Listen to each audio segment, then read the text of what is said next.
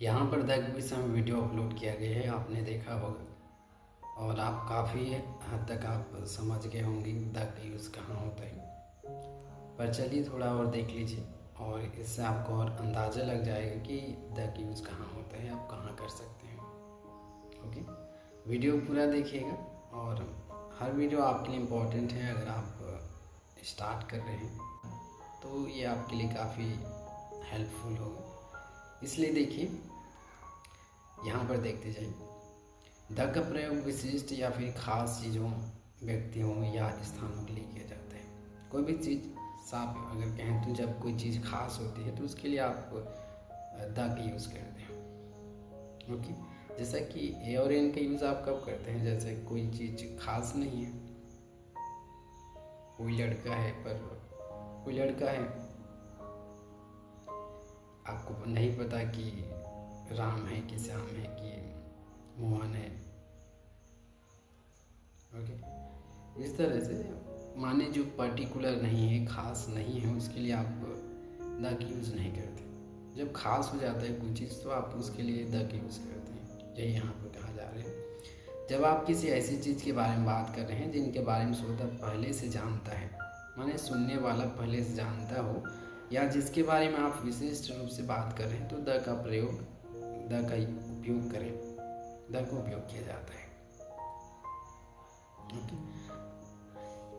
माने कोई भी चीज़ खास है तो, विशेष है तो। इसके विपरीत ए या एन का उपयोग तब किया जाता है जब आप किसी समान या फिर अज्ञात चीज़ का उल्लेख कर रहे हैं।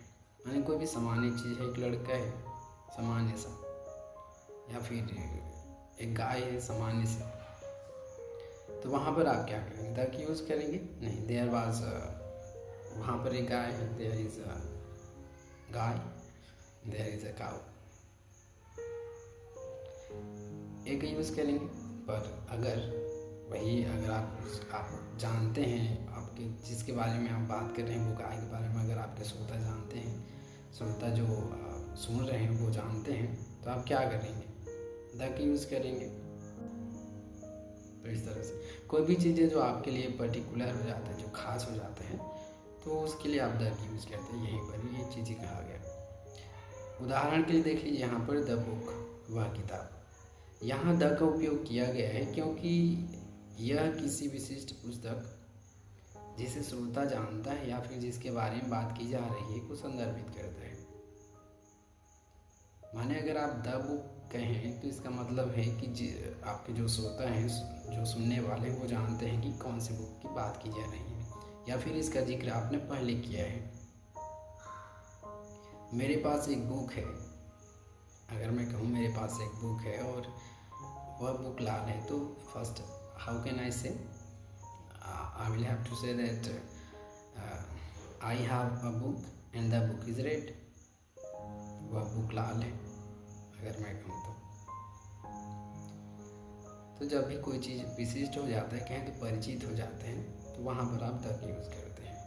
तो द बुक यहाँ पर लिखा गया, तो इसका मतलब आप समझ गए होंगे कि यह कोई खास है। यहाँ पर लिखा है कि अ बुक, एक किताब। यहाँ एक उपयोग किया गया है क्योंकि यह किसी भी किताब को संदर्भित करता है, कोई विशिष्ट किताब नहीं है। मानिए यह कोई भी किताब हो सकती है, किसी भी तरह का हो सकते हैं, किताब है मतलब एक कोई भी किताब है। तो यहाँ पर माने एक जब यूज़ करते हैं, या फिर जहाँ पर भी आप देखते हैं एक यूज़ इस तरह से, ए बुक, तो वहाँ पर आपको समझ में आ जाता है कि कोई सामान्य से किताब की बात की जा रही है। तो यहाँ पर एक का यूज़ हुआ, यहीं पर द का यूज़ होता तो माने किसी खास की बात हो रही है। यहाँ पर लिखा है दर्शन, सूर्य, यह एक विशिष्ट वस्तु है जो पूरे ब्रह्मांड में केवल एक ही है। माने आप अगर आप सूर्य की बात करें तो हर कोई इसे जानता है, हर कोई इससे परिचित है। यही बात यहाँ पर कहा गया कि जो पूरे ब्रह्मांड में केवल एक ही है, तो आप यहाँ पर दर्शन बोलते हैं। ठीक है, आगे देखिए, द ताजमहल। ताजमहल, ताजमहल को तो हर कोई जानता है ना, क्योंकि ताजमहल तो एक ही है। तो ताजमहल बोलने से हर एक इससे परिचित है, तो यहाँ पर द का यूज़ किया गया। यह यहाँ पर कहा जा रहा है, यह एक विशिष्ट इमारत है जिसके बारे में श्रोता जानते हैं, श्रोता जानता है। अब यहाँ पर अगला दिया है द नील। नील नदी है एक, नील नदी आपने सुना होगा, आप पढ़ते हैं तो आपको पता होगा, आपने सुना होगा। तो यह एक विशिष्ट नदी है जिसके बारे में श्रोता जानता है। तो यहाँ पर एक चीज़ आप नोट कर रहे होंगे, हर चीज़ जो खास है, जब कोई चीज़ खास बन जाता है तो उसके लिए द का यूज़ किया जाता है। इसके कुछ रूल्स हैं, देख लीजिए। चलिए, यहाँ पर कुछ नियम दिए हैं, इन्हें आप देखिए। विशिष्ट वस्तुओं के लिए आप क्या करेंगे, द का यूज़ करेंगे। जब आप किसी ऐसी चीज़ के बारे में बात कर रहे हैं जो विशिष्ट है या जिसे आप जानते हैं तो द का उपयोग करें। इतना समझ में आ गया होगा। जो भी चीज़ खास हो जाती है, खास परिचित हैं आप उससे, आपके श्रोता परिचित हैं उससे, तो आप द का यूज़ कीजिए। माने आप कह सकते हैं the book, the table, the pen, the salt, everything. Okay. अब यहाँ पर देखिए अगला, पहले से ज्ञात वस्तुओं के लिए, मानो वही जो पहले से अगर आप परिचित हैं, आपके श्रोता परिचित हैं, पहले से उसके बारे में जानते हैं, तो आप द का यूज़ कर सकते हैं।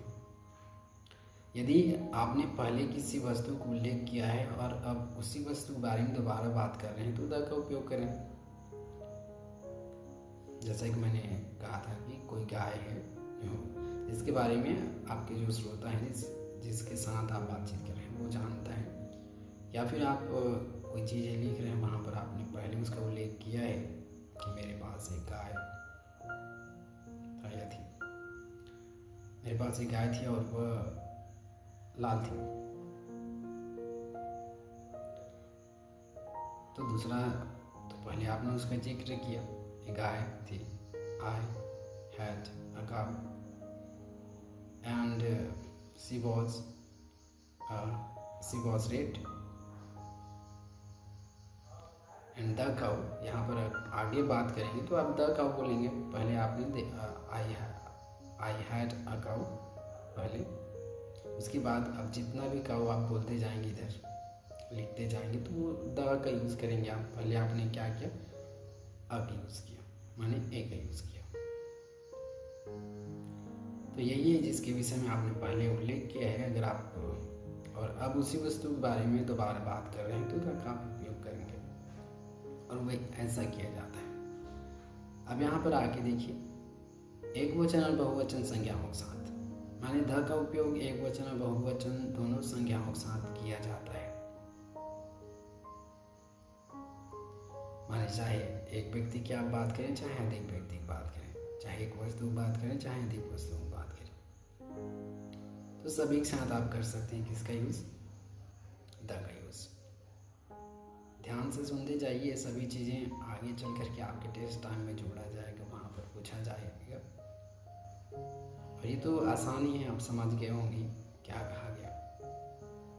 जैसा कि ए और एन का यूज़ कहाँ पर होता है, नहीं होता, केवल सिंगुलर के लिए। माने जब आप किसी एक व्यक्ति या वस्तु की बात करते हैं तो ए और एन का यूज़ होता है, पर द का यूज़ सभी के साथ होता है।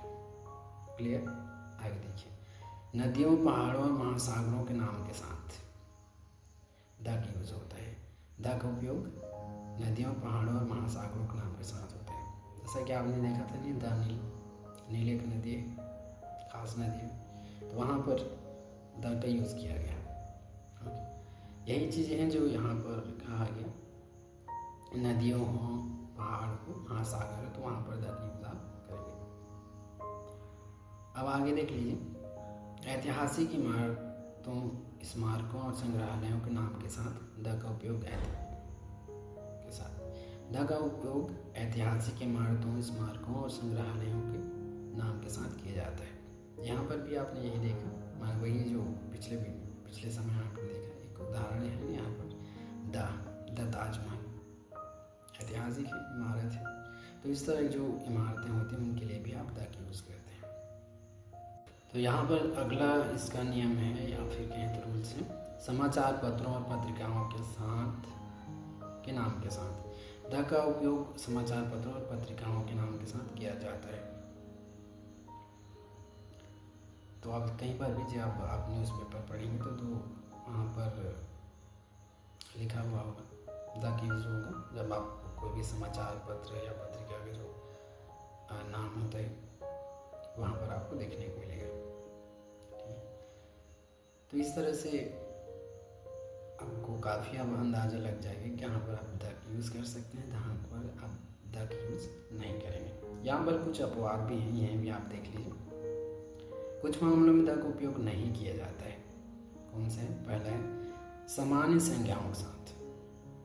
संज्ञा किसे कहा जाता है? इंग्लिश में इसे नाउन कहा जाता है, आप जानते हैं ना। चलिए यहाँ पर देखें संज्ञा या फिर नाउन। सबसे पहली बात तो हर चीज़ जो आप देख सकते हैं नाउन होता है। Book, table, pen, man, girl, boys, baby, everything that you can see is a noun. Okay, इतना आप जान लीजिए। और कुछ होते हैं एब्स्ट्रैक्ट नाउन और बहुत से नाउन होते हैं जिसे आप सीख जाएंगे। तो पहली बात नाउन क्या होता है, इतना कोई बोले तो इतना तो समझ में आ जाना चाहिए कि हर चीज़ जो आप देख सकते हैं नाउन होता है। तो जो सामान्य नाउन होता है, जब आप किसी सामान्य वस्तु या व्यक्ति के बारे में बात कर रहे हैं तो द का उपयोग ना करें। यहाँ पर कहा कि जब आप कोई भी चीज़ सामान्य है, लड़का है, कोई भी लड़का हो सकता है, आप उससे परिचित नहीं हैं, आपने उसका जिक्र पहले नहीं किया है, तो आप बोलिए अ बॉय। अब आपने उसका जिक्र किया, बाद में अगर आप बोलेंगे कि वह लड़का चोरी कर रहा था, तो आप क्या बोलेंगे? The boy was stealing. तो इस तरह से पहले आप परिचित नहीं थे तो वहाँ पर कोई भी सामान्य से लड़का था तो वहाँ पर आप एक यूज़ करते, पर जब वो आगे जब आप उसका जिक्र करते हैं तो आप द की यूज़ करते हैं। ओके, खेलों के नाम के साथ द का उपयोग खेलों के नाम के साथ नहीं किया जाता। क्या आप जानते थे इसे? कोई भी खेल होता है, द कबड्डी, क्या आपने ऐसा सुना? The cricket. तो यहाँ पर कहा गया कि जो खेल के नाम होते हैं वहाँ पर द का यूज़ नहीं होता। आगे देख लीजिए, भाषाओं के नाम के साथ द का उपयोग भाषाओं के नाम के साथ नहीं किया जाता है। द हिंदी, द इंग्लिश, क्या आपने इस तरह सुना है? यहाँ पर यही कहा जा रहा है कि कोई भी जो भाषा है, भाषा के नाम के साथ द का उपयोग नहीं किया जाता। ठीक है, ये बातें आप नोट कर रहे हैं। और इसमें नोट करने वाली बात भी इतना नहीं है, क्योंकि अगर आप ध्यान से सुन रहे हैं तो ये सब आप इजीली आपके माइंड पर जा रही हो। जब भी आपको वाक्य बनाना हो, लिखना हो, तो वहाँ पर आप क्या करेंगे? द की यूज़ आप इजीली कर सकते हैं। आपका माइंड क्लिक कर जाएगा कि हाँ यहाँ पर द की यूज़ नहीं करना है, करना है। चलिए ठीक है, आगे देख लीजिए। दिनों और महीनों के नाम के साथ द का उपयोग दिनों और महीनों के नाम के साथ नहीं किया जाता। क्या आपने सुना है? The Monday, the Sunday, the January, the फरवरी। तो दिनों और महीनों के नाम के साथ द की यूज़ नहीं किया जाता। व्यक्तियों के नाम के साथ द की यूज़ नहीं किया जाता है, सिवाय कुछ विशेष मामलों के। The Mohan, the Sunita, the Gandhi ji, इस तरह से आप नहीं सुनेंगे। सामान्य मामलों में द का इस्तेमाल नहीं होता जब कोई भी व्यक्ति के नाम के आगे।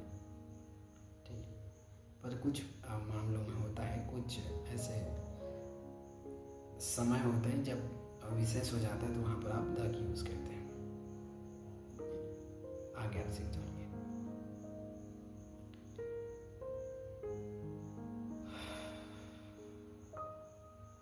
तो चलिए ठीक है, अब तक यहाँ पर आपने देखा कि द का यूज़ कहाँ कहाँ पर हो सकता है।